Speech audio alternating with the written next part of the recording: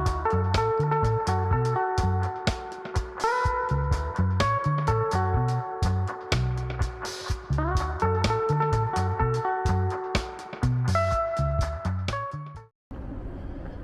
はようございます。今回の Vlog はちょっといつもと違う目線でちょっと一つのトピックに絞った Vlog を作ろうと思います。いつもは結構街歩きとか特定のエリアとか街をテーマにして撮ってるんですけど、今回はポルトギーズスイーツという一つのテーマで Vlog 撮ろうと思います。でもポルトガルのスイーツはいろいろ種類があって、僕も今までいろんな Vlog で紹介はしてきてるんですけど、基本的に皆さん誰でも知ってる、パステストナッタですねとか、あと僕が今まで Vlog の中で何度も紹介してきてる、ボラドベルリンとかですね、本当に有名なスイーツもたくさんあるんですが、それ以外のもうちょっとポルトガルの外の方にとってはもうちょっとマニアックなスイーツとかいろいろですね紹介して、パステストナッタ以外にもいろいろこう試してみるべき美味しいスイーツがあるよというのを、紹介していく Vlog にしようと思います。1日で食べれる量に限りあるので、ちょっとずつですね1日2個ずつぐらいですかね、紹介しながら、いろんな、パステラリアも簡単にちょくちょくご紹介しつつ、スイーツを取っていくような、Vlog にしようと思います。一旦今日はですね、今歩いているこのエリアのあたりに、一つおすすめの、コンフェイタリアがあるので、そこのコンフェイタリアの、方に行って2つ今日は紹介しようと思います。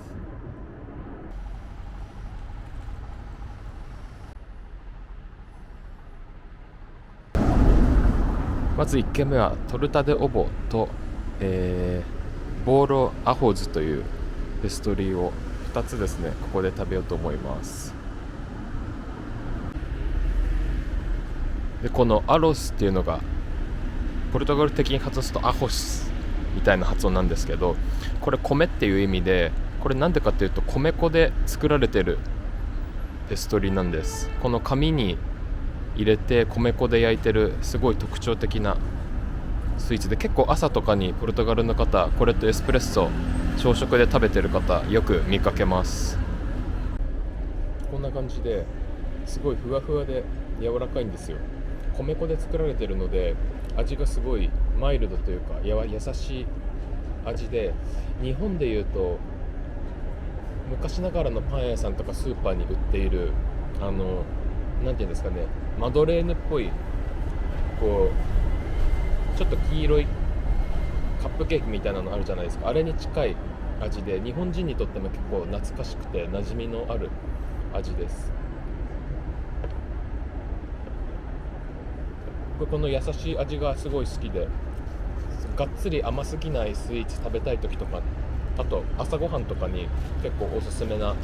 ペストリーかなと思います。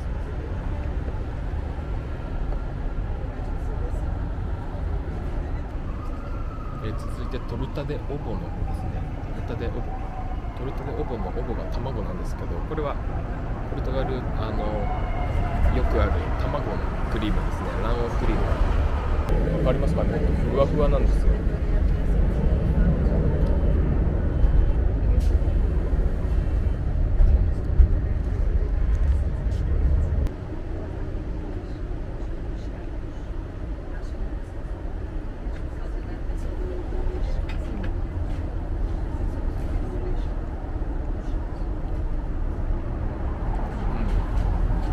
これもすごい優しい味なんです。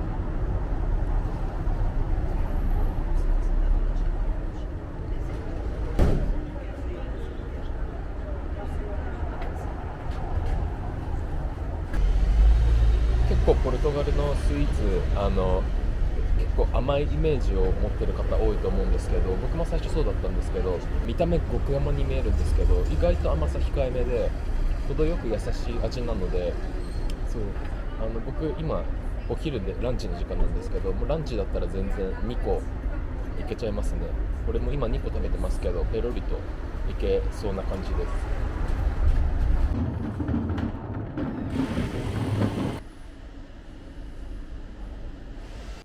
はい、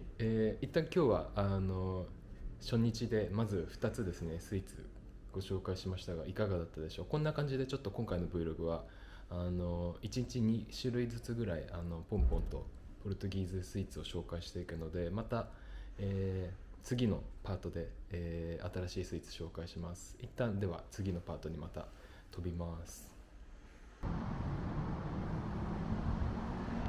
今日はカンポダウィリケの方に来てます。ちょっとパステラリアに行って、また今日は一品食べようと思います。今日はソンホという、ポルトガルっぽく言うとソニョでいいのかな、ソニョっていう発音のお菓子です。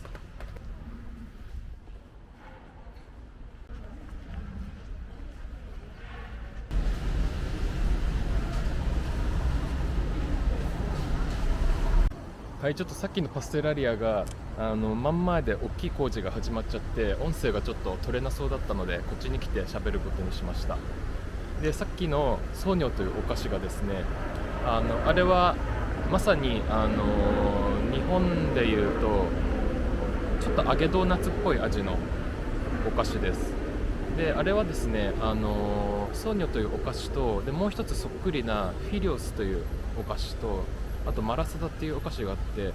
ほぼ同じ見た目のお菓子がポルトガルには3種類あります。僕見た目であんまりどれがどれかわからないんですけど、基本的に、その3つの中でいうと見た目は本当に同じ砂糖をまぶした揚げドーナツなんですけど、今回食べてる、ソニョが一番ライトというかふんわり軽い感じのお菓子っていうような違いです。で、フィリオズはですね、フィリオズというのは本当に似たような見た目のお菓子があるんですけど、それはもうちょっとずっしり、もうちょっとこう中身が詰まった感じの、もうちょっとこうなんていうんですかね、重さのある感じの、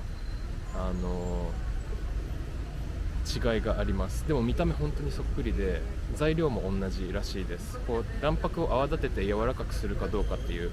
違いらしいです。でもう一つが、マラサダなんですけど、マラサダも日本人なら誰でも知ってるスイーツなんですが、皆さんマラサダがハワイのスイーツだと日本人は思ってる方多いと思うんですけど、実はマラサダはポルトガルのスイーツです。もうまさにですね、さっきのお話しした、ソニョとかフィリオスと同じようなレシピで、本当に揚げドーナツですね、日本人ならほぼ知ってる食べ物だと思うんですけど、マラサダっていうのは、ハワイでポルトガル人が持ち込んだ食べ物なので、ハワイでこう国民食になってますが、持ち込んだのはポルトガルで、もともとポルトガルのスイーツ、マデイラとかアゾーレで食べられているスイーツです。マデイラ発祥って言われてるスイーツですね。で僕マデイラの友達いるので聞いてみたら、マデイラでは結構 お母さんとかおばあちゃんが家でマラサダ作ることが結構あるらしいです。もう家庭で作るホームスイーツみたいな位置づけらしいです。そうなので、見た目的にすごい似てる3つのスイーツがあって、ソニョ、フィリオス、マラサダですね、3つあって、でマラサダは基本的にマデイラとかアゾーレでしかそんなに売られてないらしくて、僕もマラサダ見てみたいんですけど、ポルトガル本場のマラサダ基本的には本土では僕は見たことはないです。ただ見た目は本当に日本人が知ってるマラサダのまんまだということです。本当ソニョとフィリオと見た目はそっくりっていう感じの、見た目らしいです。でさっき食べたソニョはですね、本当にポルトガルリスボンどこのパステラリアに行ってもほぼあるかなと思います。結構な確率で見かけるので、割とどこにでも行っても食べれるスイーツで、見た目すごい揚げドーナツって感じがしますが、日本人の想像する揚げドーナツよりは軽くて中が空洞になってる感じなので、割と軽く食べれるスイーツかなって思います。でフィリオスの方はどうだろう、フィリオスもあるにはあるんですけど、結構ホリデースイーツって感じなので、クリスマスの時期とかになると特によく見かけます。結構特売コーナーとかが出てきたり、年末はクリスマスになるとより多く見かけるですね。フィリオスは結構丸いやつもあれば、四角い形のもあったり、結構いろんな形のフィリオスを見かけます。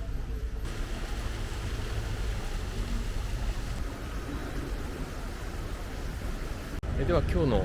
紹介はソニョでした。また明日というか、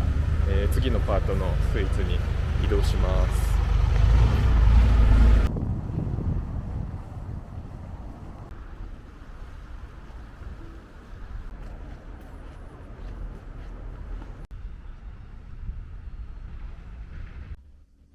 はい、で今日紹介するのは、ケッキというお菓子です。ケッキはですね、ちょっと日本人には難しい発音なんですけど、QUE と書いて、ケッキという、ポルトガルのお菓子です。こんな感じですね。で、これは本当に日本人が食べたら絶対に食べたことあると思う味だと思います。もうまさに見た感じわかると思うんですけど、こういうふわふわの、昔ながらの焼き菓子っていう感じのお菓子ですね。味は割と、ふんわり系のマドレーヌに近いのかな。マドレーヌとか、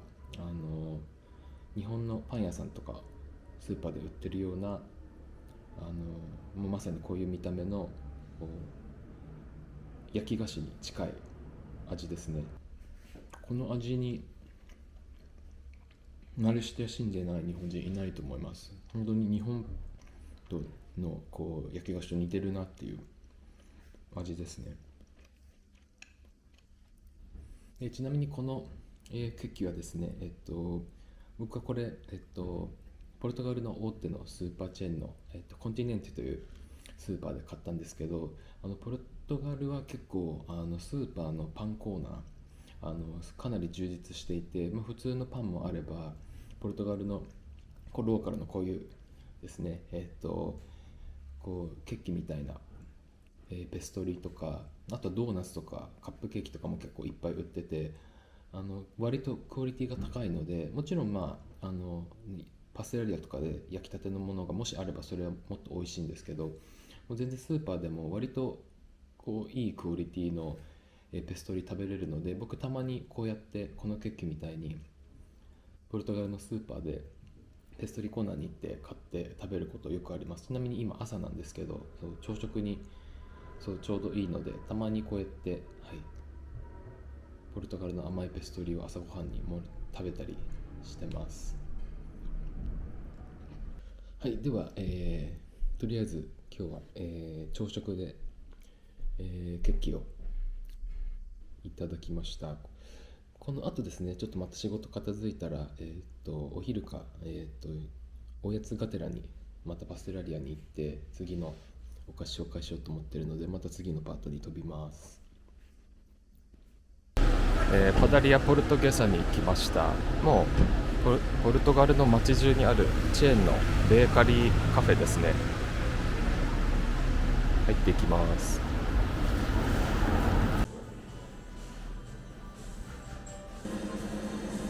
はい、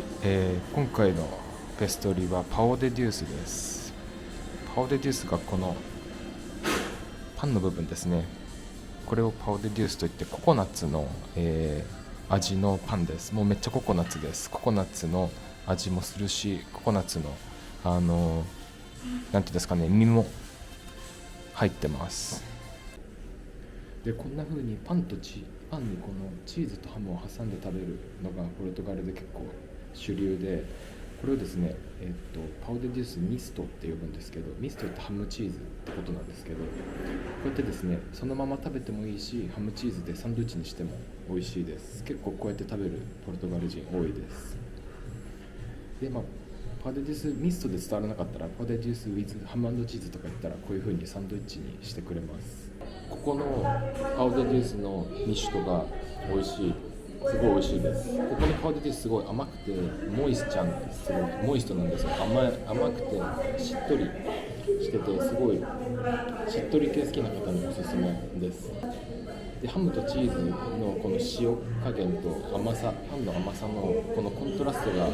これの魅力なので、ここのパウデデュースは甘いので、それが好きな方は、甘じょっぱが好きな方にはここで食べるのおすすめです。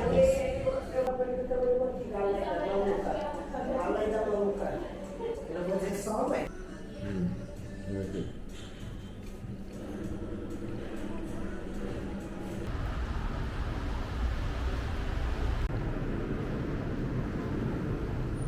ポルトガルヒストリー特集の Vlog いかがだったでしょう。ポルトガルのヒストリーは本当にいろんな種類があって数えきれないので、本当に今回紹介した6、7種類ぐらいかなは、あくまで本当に一握りでしかないので、もし今回好評だったら続編とかもやっていきたいなと思うんですが、一応今回紹介したのが僕が結構たまに食べる、ペストリーの一部になります。全部おすすめです。基本皆さん旅行とかできたらやっぱりパステストナタをもう1日何回も食べて、どこに行ってもパステストナタだと思うんですが、実はこんなにいろんな美味しいご当地ポルトガルのローカルスイーツヒストリーがいっぱいあるので、気になったものがあったらぜひ試してみてほしいなと思います。で、結構紹介しながら日本人には馴染みのある味だと思いますって言ったスイーツが何個かあったと思うんですけど、本当に結構大方日本人の舌に合うような優しい懐かしい味のペストリーが多いので、特に日本の方は今回紹介したペストリーほとんど美味しいと感じるんじゃないかなと個人的には思います。本当にパステストナタだけを味わって帰るのは僕はもったいないと思うので、なんか気になるのがあったら絶対試してほしいなというところと、僕結構パセラリアとかカフェに行った時に結構観光客の方がこれなんだろうあれなんだろうみたいなことをよく話してるのを見かけるんですよ。それで確かになんかポルトガルのペストリーって他の国と違って全部独特の名前があって、見た目で何かわからないの多いよなってすごい思うんですよ。なんで今回のちょっと動画がそういう意味でも役に立っていたらいいなと思います。では今回の Vlog はここにておしまいです。また次の Vlog でお会いしましょう。最後までご視聴いただきありがとうございました。バイバイ。